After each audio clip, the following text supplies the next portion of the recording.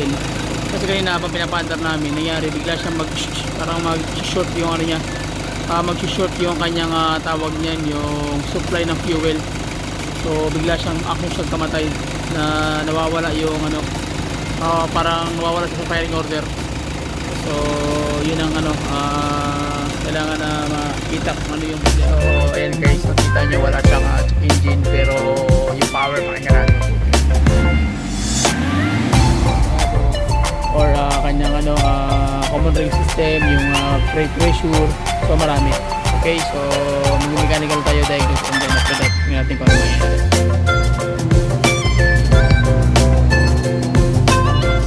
Suppose may video ang makitulong na kayo.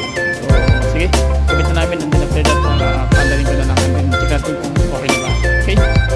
Okay na yung hatak pa, wala na yung low power, medyo fluid na yung hatak mo, smooth na kaya. Pagpalang araw guys, another client na naman tayo na Toyota Fortuner na D4D automatic transmission. So ang problema is naglo-low power and then suddenly biglang namamatay at 80 to 100 km/h ang takbo mo.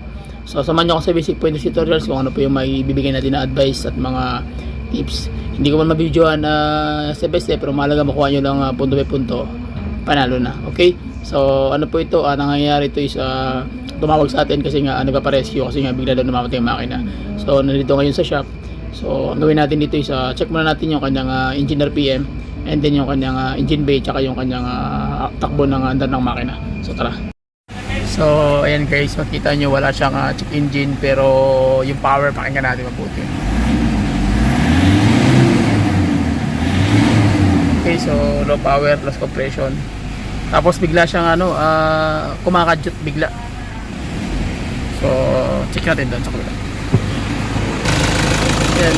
Kanina hindi mo lang mapansin kasi kanina habang pinapaandar namin, nangyari bigla siyang parang mag-short yung ano niya, mag-short yung kanyang tawag niyan, yung supply ng fuel. So bigla siyang kamatay na nawawala yung ano, parang nawawala sa firing order. So yun ang ano, kailangan na makita kung ano yung problema. Okay, so mechanical na problema dito guys. Sige, diagnose na namin tapos balik dito kung ano yung tatanggalin natin dito. Okay, so ang gawin natin ngayon, mag-scan tayo. So pwede ka rin gumamit ng scanner na mamahalin, pwede rin mumurahin. So depende na sa inyo kung ano yung gusto nyo ano. Ito kasi hindi naman ito namimili ng scanner tong ganito model. So Toyota Fortuner na automatic transmission.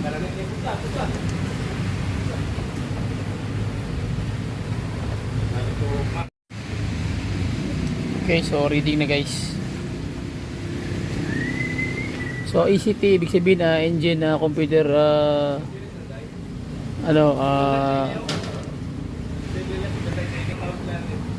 traction red fault code. So ibig sabihin ayan ang problema, no DTC, wala siyang code. So kung wala siyang code, nagloloko-loko yung ano niya, system ng kanyang check engine, sa fuel system, floater. So marami siyang pwede maging cause. So pag ganito ang check engine siya, no DTC, sa totoo lang nagalaw na rin kasi itong unit na to. So may time na kasi na pag sa mga nagpo-program, na yan, kumbaga disable na nila yan, magagaling sila dyan. So ang gagawin natin dito guys, pag ganito ang sistema, check muna natin yung mechanical niya, either fuel filter, barado, or kanyang common rail system, yung brake pressure. So marami. Okay, so mag-mechanical tayo, diagnose, and then after that tingnan natin kung ano mangyayari. Okay, so basic pointers pa rin, wala tayong ibang gagawin. Yung kanyang pinaka basic talaga is yung kanyang fuel filter, kasi nga wala siyang check engine na lumalabas pero nagkakaroon ng problema yung makina, which is sa fuel system guys. Unang-una is yung filter ang nagbibigay ng problema dito, and then yung kanyang common rail pump. So number 1 po yan. So pinaka basic pa rin tayo is yung pag magda-diagnose kayo na wala check engine is manually is yung filter mismo yung una nyo bubuksan bago kayo maghanap ng ibang sakit sa ibang system. Okay, so makikita natin dito guys yung kanyang fuel filter talagang darken na. So medyo sobrang barado na to. So ibig sabihin hindi ito na PPMS ng mga ilang buwan or taon. O sa tingin ko talagang kita nyo naman sobrang itim na talaga, kaya sabi ng may-ari naglo-low power. Kasi nga kaya hindi siya maglo-low power dahil wala nang supply halos sa barado na mismo yung kanyang yung filter, wala nang mapagdaluyan ng wasto na ratio yung fuel papunta doon sa common rail, hindi napunta naman doon sa tawag niya sa injector. So kaya nagkakaroon siya ng parang fuel lock, or nagkakaroon siya tinatawag na parang naglo-low power kasi wala nang supply yung pressure ng common rail. So which is pag once nga mahina yung pressure ng common rail guys, doon siya kumaga nabibitin yung takbo. Tapos tumatakbo ka ng 100 and then kulang yung supply ng pressure, so talaga maglo-low power yan hanggang feeling mo yung makina mo is mamamatay na. So magugulat ka naman, full tank ka naman, or kakalagay mo lang ng fuel, kakagas tank mo lang, kakagas mo lang, and then ganun pa rin nangyayari. So ibig sabihin na yun ang problema, which is yung tinatawag na yung fuel filter.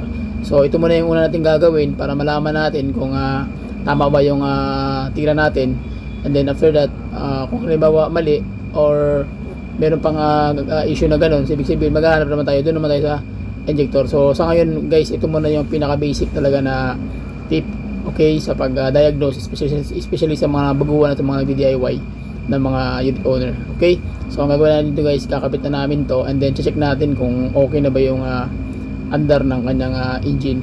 Okay, tara. Okay, so nakabit na natin guys yung fuel filter mechanism niya, yung bago na big brand.